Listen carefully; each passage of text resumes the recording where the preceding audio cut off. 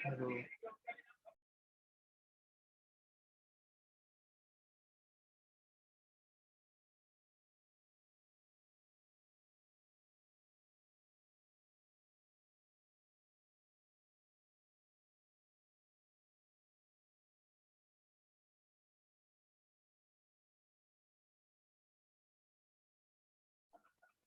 Sir आवाज नहीं आ रही आपकी।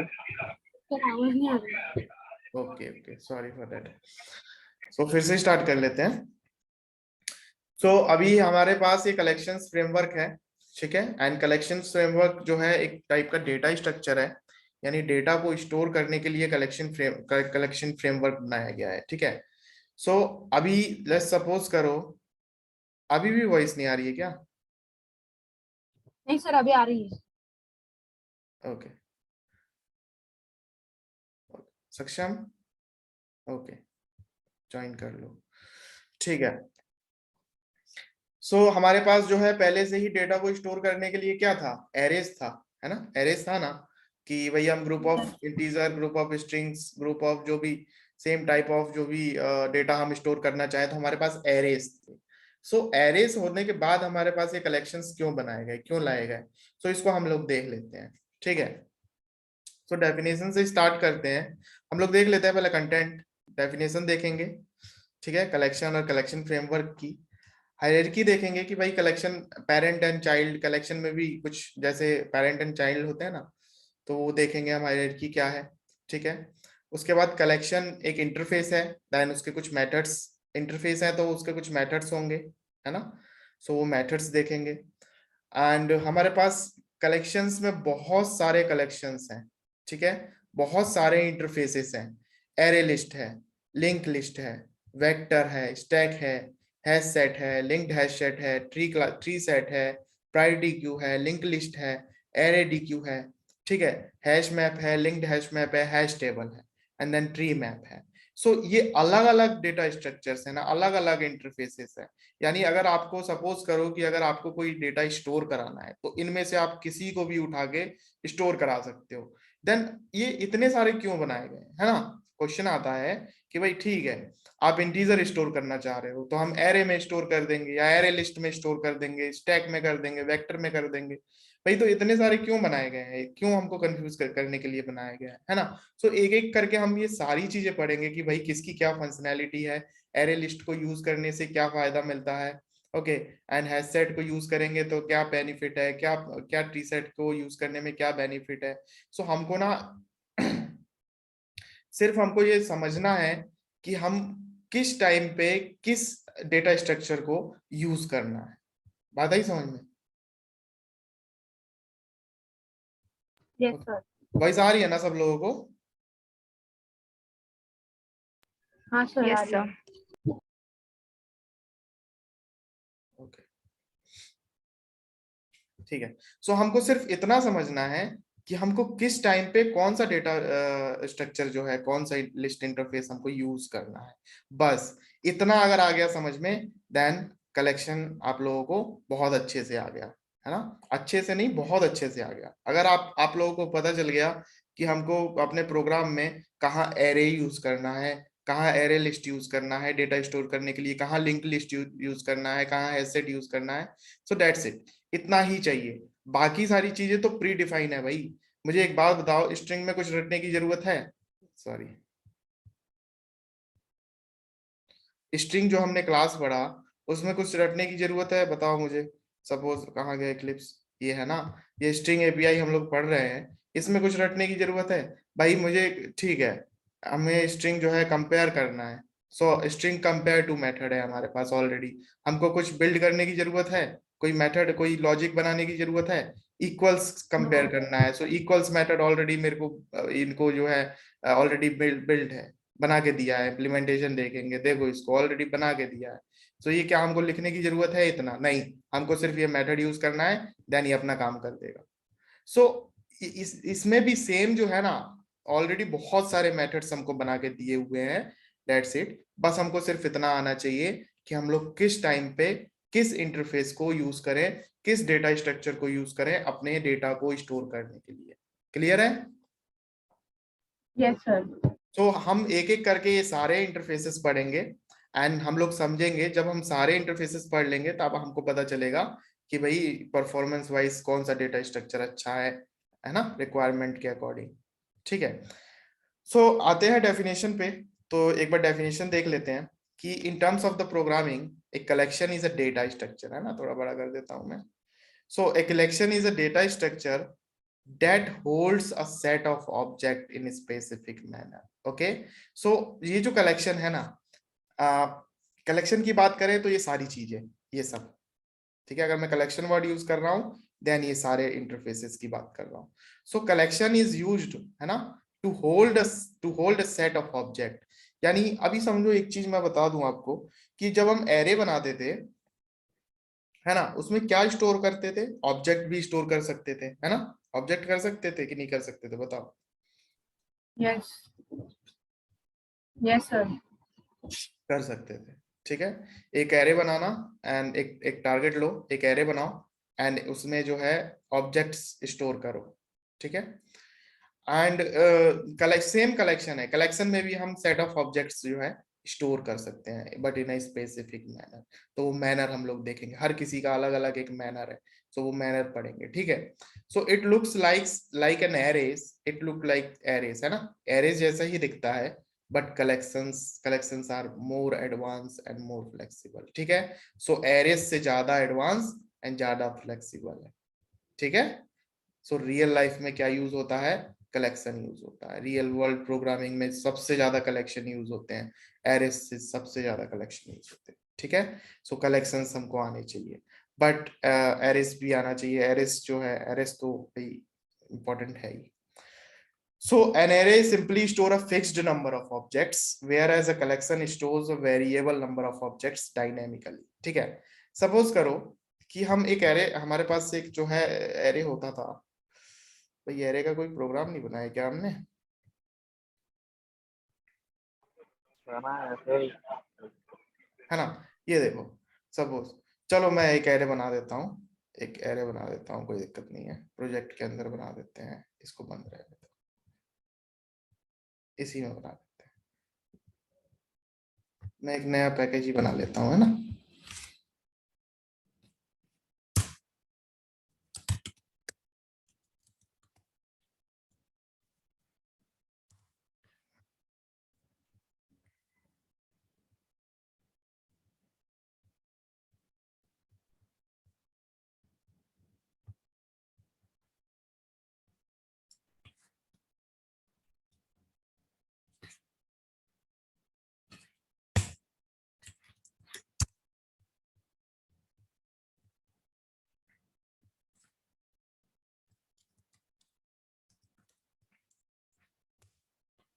ठीक है, अभी सपोज करो कि मैं एक इंटीजर टाइप का एरे बनाता हूँ, ठीक है। Integer x is equal to new int of, है ना, एंड यहाँ पे मुझे लेंथ प्रोवाइड करना पड़ता था ना 3। बताओ, ऐसे ही डिक्लेयर करते थे ना, यस सर। या एक तरीका और था, integer and y is equal to direct store करा लो, ठीक है। इसमें आप हेलो लिख दो, hello, sorry Yes, sir. Integer है ना, इंटीजर है तो हेलो कैसे लिखना है, 1 2 3 4 5, ठीक है, एंड ये डेसिमल, ठीक है। सो इस तरीके से हम एरे स्टोर करा सकते हैं, ठीक है। सो एक एक ये तरीका है एरे डिक्लेयर करने का, और एक ये तरीका है एरे डिक्लेयर एंड इनिशियलाइजेशन का, ठीक है। दोनों में कोई दिक्कत? Oh, no, sir. अभी मुझे ये बताओ कि इस एक्स में कितने डेटा स्टोर कर सकते हो आप? 3. 3, है ना, सिर्फ 3। 3 से ज्यादा स्टोर कर सकते हो क्या? No. नहीं कर सकते। एंड इस y में नहीं, 3 ही करेंगे बिकॉज इट इज लेंथ, है ना, ये लेंथ है, लेंथ ऑफ द एरे। ये इंडेक्स पोजीशन नहीं बताएगा, इंडेक्स इसका जो है इंडेक्स होगा 0,1,2, ठीक है। तो सिर्फ 3 ही हम इसमें लेंथ का, 3 ही इंटीजर वैल्यू स्टोर कर सकते हैं, एंड इसमें तो 4 है ही ऑलरेडी। सो अभी अगर मैं चाहूं कि इस एरे में से, इस सेम एरे में से, है ना, एक मिनट वेट कर लो, है ना, सो अगर मैं चाहूँ इस y में से, सपोज इस y में से मैं 3 को डिलीट करना चाहूँ तो क्या पॉसिबल है? कभी किया है? नो। नहीं किया। सो डिलीट नहीं कर सकते। सपोज करो अब ये तो मैंने डिक्लेयर कर दिया। सपोज करो इन इन इन फ्यूचर मान के चलो जो भी है, हमने बहुत सारी कोडिंग कर ली है ना, एंड अभी मुझे जो है अब इसमें है ना इंक्रीमेंट की जरूरत है, मुझे बढ़ाना है, अब एक और वैल्यू बढ़ाना है, तो क्या ये पॉसिबल है? नहीं है। ठीक है। सो ये लिमिटेशंस हैं एरे में, ना हम डिलीट कर सकते हैं ना हम उसको एरे को बढ़ा सकते हैं। ठीक है। सो वही चीज उसने डिफाइन किया है यहाँ पे। So an array simply stores a fix number of objects, है ना। एक आपने जैसे ही डिफाइन कर दिया कि भाई 3 साइज का करना है, 4 साइज का करना है, देन उससे ज्यादा आप नहीं कर सकते स्टोर। ठीक है। लेकिन कलेक्शन में कोई लिमिटेशंस नहीं है, आप जितने चाहे उतने आप। कॉमन लगा के सर बढ़ा भी तो सकते हैं उसमें। हाँ बढ़ा सकते हो ना, लेकिन वही तो मैं बता रहा हूँ। अभी अभी सपोज, अरे यार, सपोज यहाँ बढ़ा सकते हो ना आप, यहाँ पे बढ़ा सकते हो, यस सर। लेकिन इन फ्यूचर कहीं कभी कहीं और बढ़ा सकते हो क्या? नो। नो तो सर। जैसे कि सर यहाँ बढ़ा सकते हो क्या? सपोज करो कि मैं 5 कर दूं, एक्स्ट्रा ऐड कर दूं, 556 ऐसे ऐड कर दूं, तो ये पॉसिबल है क्या? ऐसे ऐसे पॉसिबल नहीं है सर, जैसे कि हम जहाँ यहाँ नहीं है ना। बट यहाँ कर सकते हैं हम, यहाँ कम ज्यादा कर सकते हैं सर। यहाँ कर सकते हैं। सो ये तो at the time of declaration हो गया ना। मुझे ये बताओ कि अगर मुझे यहाँ ऐड करना है, ठीक है, यस ये सर। ऐड कर दिया, ठीक है, सपोज अननोन पर्सन है हमारे पास। सो क्या वो ये इसको देख के ये बता सकता है कि इसमें आपने डेटा को ऐड किया है? बता सकता है क्या? नो। सर कोडिंग दिखेगी तो बता सकते हैं ना। कैसे अरे बता बाद में सकते? से ऐड कर सकते हैं क्या उसमें ही? देखो मैं मतलब बता, उसमें ही। सपोज करो कि हमने इस पे काम किया, है ना, ये हमने फाइल बनाई। अभी इस फाइल में, ठीक है, हमने क्या किया, हमने यहाँ पे बढ़ा दिया, 7 कर दिया। ठीक है, पहले कितना था? 1 2 3 4 5 6 जो भी था। अभी क्या किया हमने? 7 कर दिया ना। अभी मुझे ये बताओ कि ये फाइल उठा के हमने किसी अननोन पर्सन को दे दिया, या कोई नया आदमी आया हमारे पास, उसको हमने दे दिया, क्या वो इस लाइन को देख के ये बता सकता है कि आपने इसमें क्या ऐड किया है? नो। तो ये कैसा ऐड नो किया? सर। ये ऐड करना थोड़ी हुआ, इसको ऐड करना थोड़ी बोलेंगे। ये तो at the time of initialization आपने इनिशियलाइज किया है यहाँ, आपने इसको बढ़ाया घटाया थोड़ी है। तो एक बार इनिशियलाइज कर दिया तो उसकी लेंथ कितनी आती है? इनिशियलाइज कर दिया तो वो तो इनिशियलाइज हो गया, पुराना डेटा है ही नहीं हमारे पास, यही है जो है। Yes sir. बताओ क्या क्वेश्चन था? Yes sir. देखो अभी समझ में आएगा आपके। देखो मैं एक लिस्ट ही बना देता हूं, अभी कंफ्यूज मत होना आप लोग, ठीक है। ये देखो,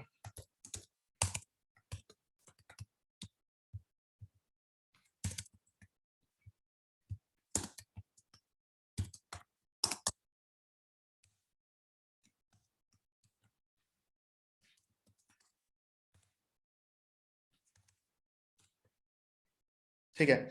जैसे हमने ये डिक्लेयर किया है ना, ये देखो एरे डिक्लेयर किया है ना, इसी तरीके से हम लिस्ट को डिक्लेयर कर सकते हैं इस टाइप से। ठीक है। सो मैं बताऊंगा कैसे करना है, अभी के लिए कंफ्यूज मत होना। अभी इसमें अगर मुझे ये लिस्ट बन गया, ठीक है, ठीक है, ये क्या बन गया? लिस्ट बन गया। अब इस लिस्ट में मुझे डेटा ऐड करना है। फर्स्ट लाइन समझी नहीं सर। कौन सी? ये हाँ सर। ये मत समझो अभी आप, अभी अभी तो मैं इसलिए बता रहा हूँ, थोड़ा इसको क्लियर ओके। करने के लिए। ठीक है। अभी ये एक लिस्ट बन गई, क्या बन गई? ये लिस्ट बन गया। एक तरीके से मान लो एक स्टोरेज बन गया। ठीक है। किस टाइप का स्टोरेज बन गया? लिस्ट बन गई, ये लिस्ट बन गया। ठीक है। अभी इसमें क्या किया मैंने, इसमें मुझे डेटा स्टोर करना है, तो मैं क्या करूंगा? List dot add.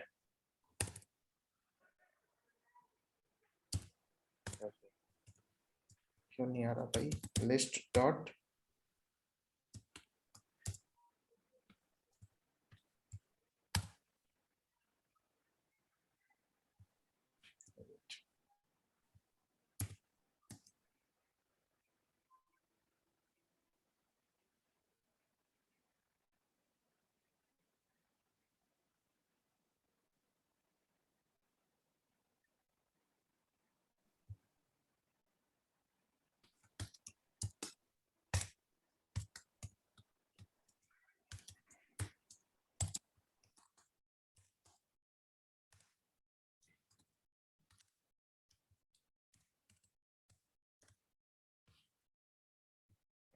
आई थिंक कुछ प्रॉब्लम आ रही है आईडी में, एक मिनट।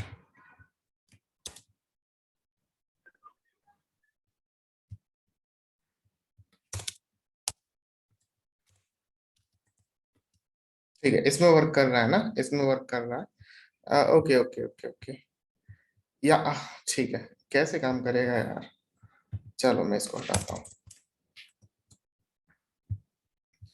डिक्लेयर कर दिया ना ये हमने, डिक्लेयर कर दिया। अभी हमको एक मेथड बनाना पड़ेगा ना, डिस्प्ले, डिस्प्ले, ठीक है, ये एक मेथड बना दिया। एंड इस मेथड के अंदर मैं क्या करता हूँ, अब अभी हमारे पास एक लिस्ट है, ठीक है, क्या है, एक हमारे पास ये लिस्ट है, ये बना दिया। अभी मुझे इस लिस्ट में कुछ ऐड करना है, लिस्ट वन डॉट ऐड, ठीक है, ऐड करूंगा। ओके, विजिबल है ना स्क्रीन? हाँ सर। ओके, मैं इसमें ऐड करूंगा 12। ओके, अगेन मैं लिस्ट वन में अगेन ऐड करता हूँ 43, ठीक है। सो जितने चाहे आप उतने बार ऐड कर सकते हो, 30, 23, है ना। सर मेथड में डालना रहता है। हाँ, जो भी आप यहाँ पे डिफाइन करोगे, इंटीजर, आपने इंटीजर डिफाइन किया, ये जेनरिक, देखो ये जेनरिक हो गया बिल्कुल सेम टू सेम, ठीक है। अभी अभी टेंशन मत लो आप, अभी सिर्फ मैं आपको एक लॉजिक बता रहा हूँ कि एरेस में डिलीट और अपडेट नहीं कर सकते, बस इसमें कर सकते हो, ठीक है। अभी टेंशन नहीं लेना, अभी अभी ये सब चीजें मत देखो, ठीक है। सो ये हमने लिस्ट बनाया, ये देखो यहाँ पे, एंड यहाँ पे क्या स्टोर हो गया, 12 स्टोर हो गया, ठीक है। इस लिस्ट में क्या स्टोर हो गया, इस लिस्ट में 12 स्टोर हो गया, इसी लिस्ट में जो है 43 स्टोर हो गया, इसी लिस्ट में जो है 23 स्टोर हो गया, इसी लिस्ट में जो है 56 स्टोर हो गया, ठीक है। अभी सपोज करो कि अब हम अब जो है सिस आउट करता हूं मैं, सिस आउट यहाँ पे नहीं कर पाऊंगा मैं, इसी में करते हैं, सिस आउट करता हूँ एंड लिस्ट को प्रिंट करता हूँ, ठीक है। क्या करता हूँ, लिस्ट को प्रिंट करता हूँ। सो अभी जो है मेन मेथड बनाते हैं, एंड मेन मेथड के अंदर इसको मैं जो है स्टैटिक कर देता हूँ, स्टैटिक, जिससे हमको ऑब्जेक्ट नहीं बनाना पड़े, एंड डिस्प्ले मेथड को प्रिंट करा देता हूँ, ठीक है। सो मैं इसको रन करता हूँ एंड एरर क्यों है भाई, लिस्ट है ना, लिस्ट वन, हम लिस्ट वन को करते हैं।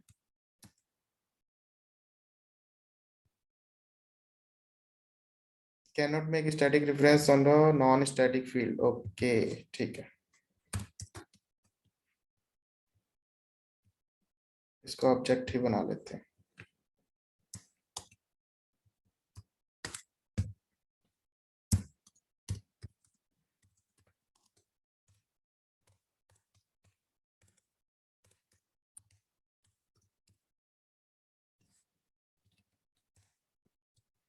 ठीक है, एंड मैं इसको रन करता हूँ, देखो लिस्ट प्रिंट हो गई क्या, 12, 43, 23, 56 हो गई ना, 12, 43, 23, 56।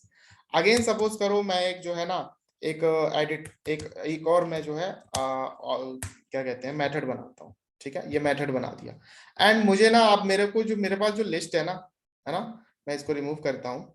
अब तो ये समझ में आ गया होगा आपको, क्लियर और, ठीक है।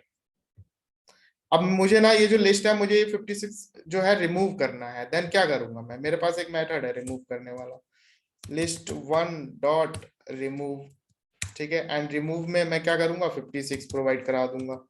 देन 56 प्रोवाइड कराने के बाद मैं इसको जो है अब रन करता हूँ, ठीक है। ओके, अभी तो यहाँ पे मुझे लिखना पड़ेगा ना, सिस आउट, अब लिस्ट प्रिंट करा दो, लिस्ट वन प्रिंट करा दो, ठीक है। एंड ऑब्जेक्ट के थ्रू जो है एडिट जो है कॉल कर लो। अच्छा, यहाँ पे इंडेक्स देना है ना, 0, 1, 2, 3, ठीक है। सो यहाँ पे देखो मुझे 56 डिलीट करना था, तो मैंने थर्ड इंडेक्स प्रोवाइड करा दिया, दैट इज 56, और 56 यहाँ से रिमूव हो गया, हो गया। बताओ, यस अब सर। मुझे ये बताओ, मेरा क्वेश्चन ये है कि इस इनको देख के कोई ये बता सकता है कि एक लिस्ट थी, उस लिस्ट में 4 इनपुट थे एंड उसके बाद एक रिमूव कर दिया, बता सकता है क्या कोई, इसको देख के कोई भी अननोन पर्सन देख के बता सकता है क्या? नो, अरे भाई कैसे नहीं बता सकता, ये साफ साफ लिखा तो है, 4 ऐड किया है हमने, एक रिमूव किया है, तो कोई देख के नहीं बता सकता इन मेथड्स को कि भाई इस लिस्ट में से आपने 4 बार ऐड किया है एंड 1 बार रिमूव किया है? Yes sir. बता सकता है ना? बताओ मुझे, पूरा तो सारी चीजें तो खुली है, दिख रही हैं, लेकिन क्या इसमें कोई बता सकता है कि भाई हमने 7 ऐड किया था एंड कुछ रिमूव किया था? कुछ बता सकता है इसमें? नहीं बता सकते ना? सर रिमूव रिमूव 3 किया तो 56 रिमूव हो जाएगा सर। क्या हो जाएगा? रिमूव 3 किया तो 56 रिमूव हो जाएगा। हाँ, जो थर्ड इंडेक्स पे जो भी होगा उस लिस्ट में वो रिमूव हो जाएगा। ठीक है सर मैं ये कह रहा था, जैसे हमने ये रिमूव लगाया। Hello sir. बोलो बोलो। हेलो सर, मैं ये कह रहा था जैसे रिमूव लगाया, जैसे हम इसमें जाएंगे लिस्ट 1 ऐड 56 दिख रहा है, हाँ। इसी को पूरी कोडिंग को हटा देंगे सर तो भी तो रिमूव हो जाएगा। किसको हटा देंगे? इसको? जैसे लिस्ट 1 को हटा देंगे सर, 56 को हटा देंगे पूरी। इस लिस्ट को? सर जैसे लिस्ट 1 नहीं सर, ये वर्ड डिस्प्ले में जो यहाँ से? Sir word display list 1 12 43 23 and 56 ठीक है। फिर रिमूव हो जाएगा फिर भी। हाँ, रिमूव हो जाएगा ना, रिमूव हो जाएगा। अगर मैं इसको कमेंट कर देता हूं, ठीक है। सो अभी मुझे ये बताओ, ये लिस्ट में क्या है?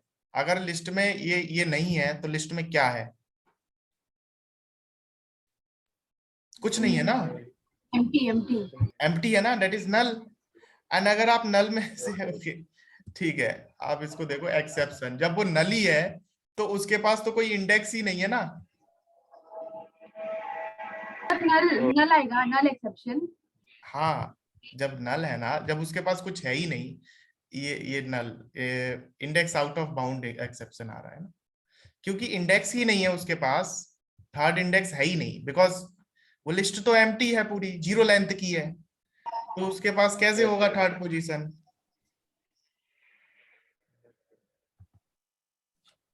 Okay okay. ठीक है, चलो ठीक है, इसमें ज्यादा ध्यान नहीं लगाओ।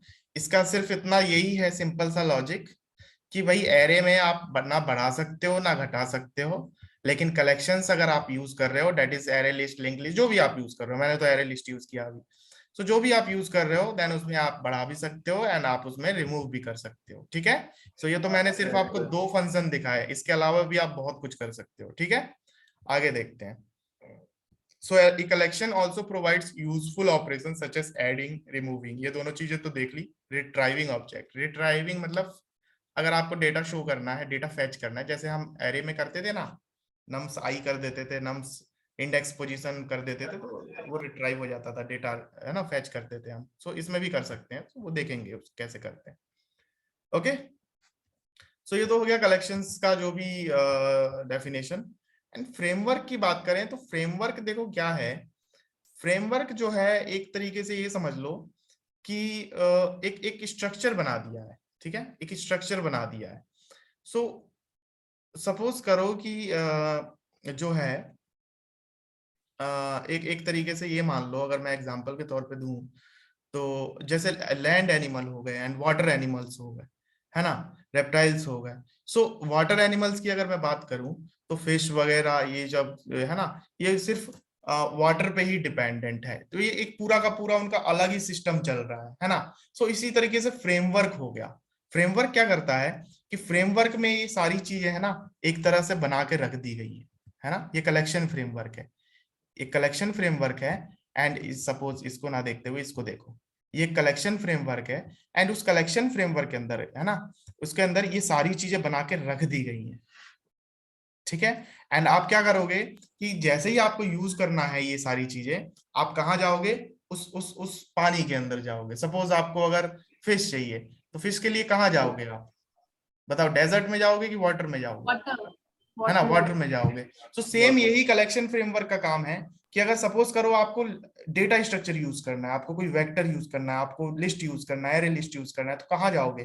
कलेक्शन फ्रेमवर्क की तरफ जाओगे। Collection. तो कलेक्शन Yes. फ्रेमवर्क की तरफ जाओगे, देन वहां से आपको सारी चीजें, कलेक्शन से रिलेटेड सारी चीजें मिल जाएंगी। तो एक तरीके से यहाँ पे ना स्ट्रक्चर बना के रख दिया है आपको इजी बनाने के लिए। ये पूरी चीजें जो है, ये पूरा प्रोग्रामिंग और पूरा जावा को इजी बनाने के लिए एक अलग से कलेक्शन फ्रेमवर्क बना के रख दिया है। ठीक है, सो कलेक्शन फ्रेमवर्क का समझ में आ गया मतलब कि क्यों बनाया है? सर टीमवर्क मतलब सर ये कलेक्शन है ना? हाँ, कलेक्शन का पूरा एक फ्रेमवर्क बना दिया है, एक अलग स्ट्रक्चर। मान लो वाटर अगर मैं यूज कर रहा हूँ ना वर्ड, दैट इज कलेक्शन, है ना। एंड उस कलेक्शन के अंदर ये देखो, उस कलेक्शन में अगर वाटर वाटर यूज कर रहा हूँ ना, तो वो इसका मतलब क्या हुआ, वो कलेक्शन है। एंड उस कलेक्शन के अंदर ये एरे लिस्ट, सपोज करो फिश है, ठीक है, ये टॉर्टोइज है ना, ये क्रोकोडाइल है, ये अदर एनिमल है, वाटर एनिमल है, फ्रॉग है, सेम चीज है वैसा Yes. ही। ठीक है, तो उस कलेक्शन के अंदर एरे लिस्ट है, उस कलेक्शन के अंदर लिंक लिस्ट है, उस कलेक्शन के अंदर वेक्टर है, स्टैक है। समझ में आई बात? सो एक स्ट्रक्चर अलग से बना के यूज रख करने दिया से, है, यूज Yes करने sir. वाली Yes. सर। यूज कर सकते हैं। सो आप क्या करोगे, सपोज आपको अगर आपको मान के चलो आपको एक फिश चाहिए अपने अपने उसके लिए, एक्वेरियम के लिए, है ना। सो आप क्या करोगे, वाटर पानी की तरफ जाओगे, डेजर्ट की तरफ नहीं जाओगे, है ना। आपको पता है कि वो जो एक्वेरियम के लिए मुझे फिश मिलेगी वो वाटर में मिलेगी। तो सेम सेम कंडीशन यहाँ पे है कि हमें पता है कि अगर हमको अपना डेटा स्ट्रक्चर चाहिए, डेटा स्टोर कराना है, देन हम कहाँ जाएंगे, कलेक्शन की तरफ जाएंगे, देन वहां पे हमको ये सारी चीजें मिल जाएंगी। That's it. सो एक थ्योरी है, ठीक है, और कुछ नहीं है, ये एक थ्योरी है। कलेक्शन इज अ फ्रेमवर्क, है ना। Collection is a framework and उसके अंदर क्या क्या आती हैं, array list, link list, vector, stack, Q, D Q, set, sorted set, map, sorted map.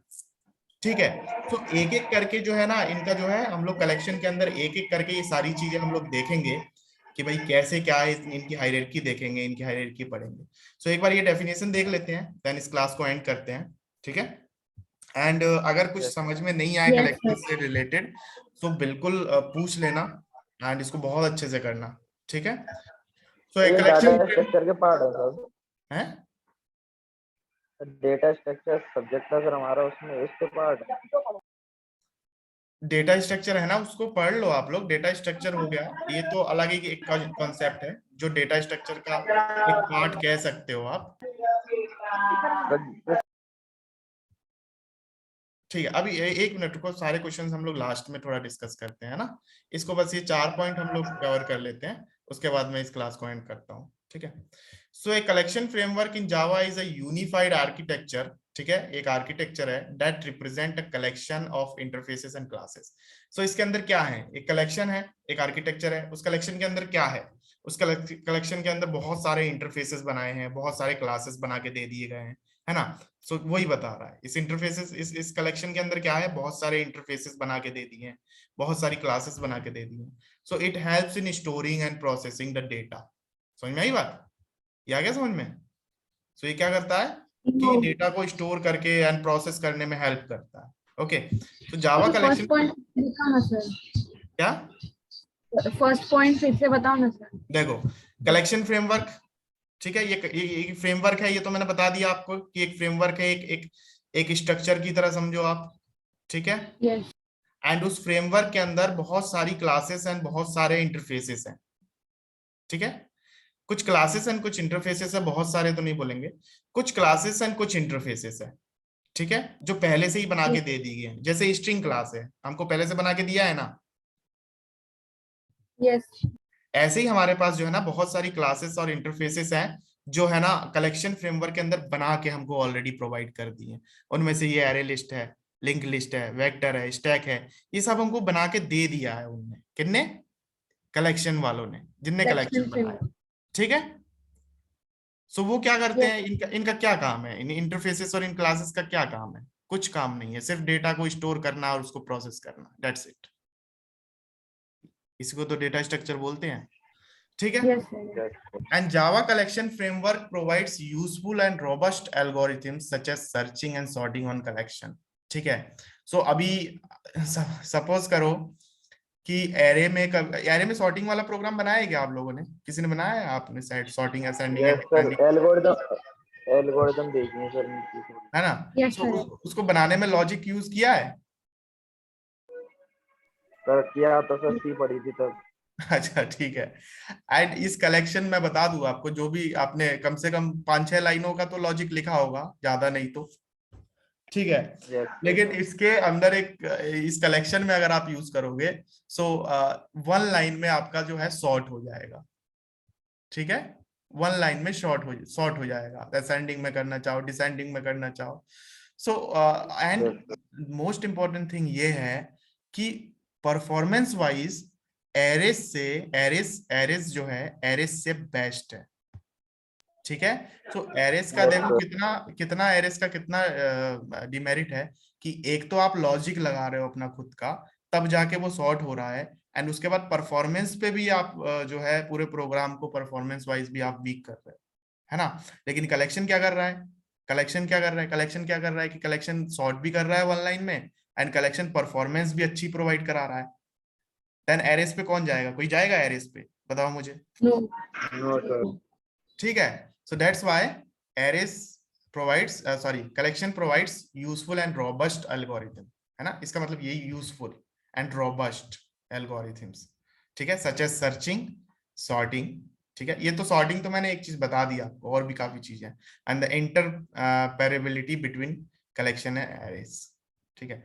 Next point की बात करें अगर हम, the Java collection framework provides various data structure and algorithm that can be used directly. Okay, so फिर से देखो, Java collection framework provides various data structures and algorithm that we use. Okay, ये वही चीज हो गई ना भाई। एल्गोरिथम अगर सॉर्टिंग की बात कर रहे हैं हम, है ना, वेट,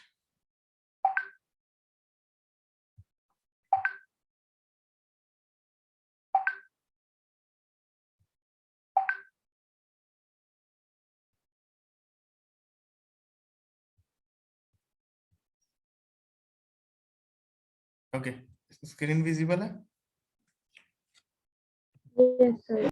ओके, अगर हम कलेक्शन देखो सॉर्टिंग की बात कर रहे थे, तो मैंने क्या बताया आपसे, 1 लाइन में आपका सॉर्ट हो जाता है, तो वो क्या है?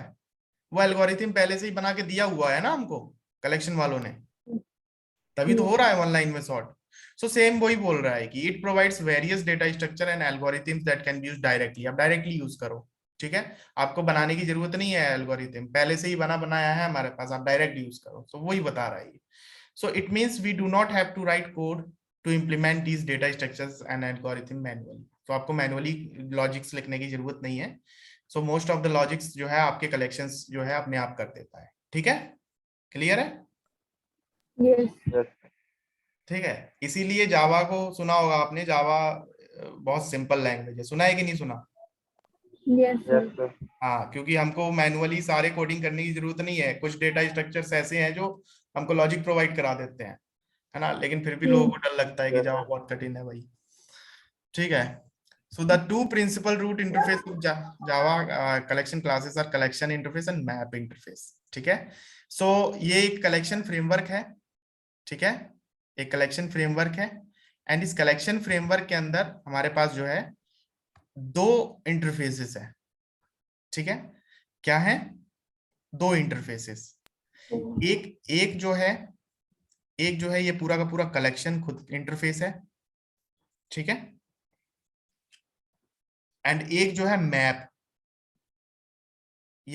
ये अलग है, ये इससे अलग है, कलेक्शन से अलग है, लेकिन ये पूरा कलेक्शन यस फ्रेमवर्क के अंदर ही आता है, ठीक है। ये ध्यान रखना, Yes, sir. पूरा ये दोनों पार्ट कलेक्शन फ्रेमवर्क के ही अंदर आता है, लेकिन ये दोनों एक दूसरे से अलग है, ठीक है। जब हम पढ़ेंगे एक एक करके, देन हमको पता चलेगा कि क्या है एंड क्या डिफरेंसेस हैं। क्लियर है? Yes, sir. Yes sir. ठीक है। सो यहाँ तक हम लोग अभी करते हैं, ठीक है। काफी हमने इसको एक्सप्लेन कर लिया। कल हम इसकी हायरार्की पे देखेंगे, एंड हायरार्की पे देखने के बाद हम लोग जो है कल जो है अपना कलेक्शन जो है लिस्ट इंटरफेस, पहला कलेक्शन हम लोग अपना स्टार्ट कर देंगे, दैट इज लिस्ट इंटरफेस, ठीक है। हम लोग ये पढ़ेंगे। देखो लिस्ट के अंदर आता है array list, link list, vector and stack. Then इस collection, that is collection, collection के अंदर 3 पार्ट आते हैं, एक लिस्ट, एक क्यू और एक सेट, ठीक है। अगेन लिस्ट के अंदर आते हैं 4 part, array list, link list, vector and stack. And इस क्यू के अंदर आता है एक priority queue, deque, and deque के अंदर आता है array. Okay, and then set की बात करेंगे, ठीक है। जब ये कंप्लीट हो जाएगा कलेक्शन, उसके बाद हम बात करेंगे इस मैप की। ओके, Yes, सो sir. ठीक है, जेनरिक्स आप लोग देखो एक बार। ओके, एंड जेनरिक्स के बाद जो भी जितना भी कलेक्शन हो गया इसको आप लोग पढ़ लेना।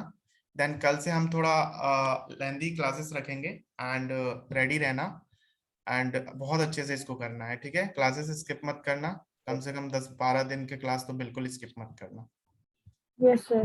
ठीक है। कोई डाउट, कोई क्वेश्चन? No, no, sir. ठीक है, सो क्लास स्टॉप करते हैं यहीं पे। Yes. Okay. Thank you, sir.